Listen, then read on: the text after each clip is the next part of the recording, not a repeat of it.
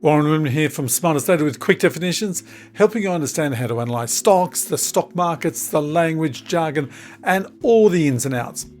So what is the long-term debt ratio?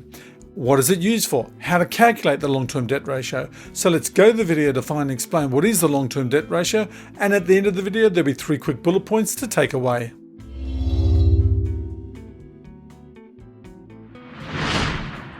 The long-term debt ratio, also known as the debt to equity ratio, is a financial ratio that measures a company's financial leverage. The long-term debt ratio is a financial ratio, not a valuation ratio, and focuses on long-term debt or debt which is due for more than 1 year. So long-term debt ratio is calculated by the following formula. The long-term debt ratio is a long-term debt divided by shareholders' equity. The long-term debt ratio is to assess the level of a company's financial leverage, or to the extent which a company is using borrowed funds to finance its operations and growth.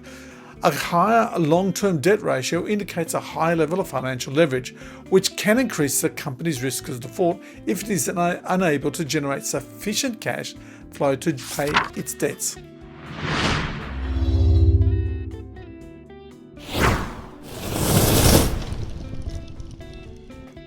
In closing, 3 quick bullet points regarding the long-term debt ratio. It is using debt which is due more than 1 year.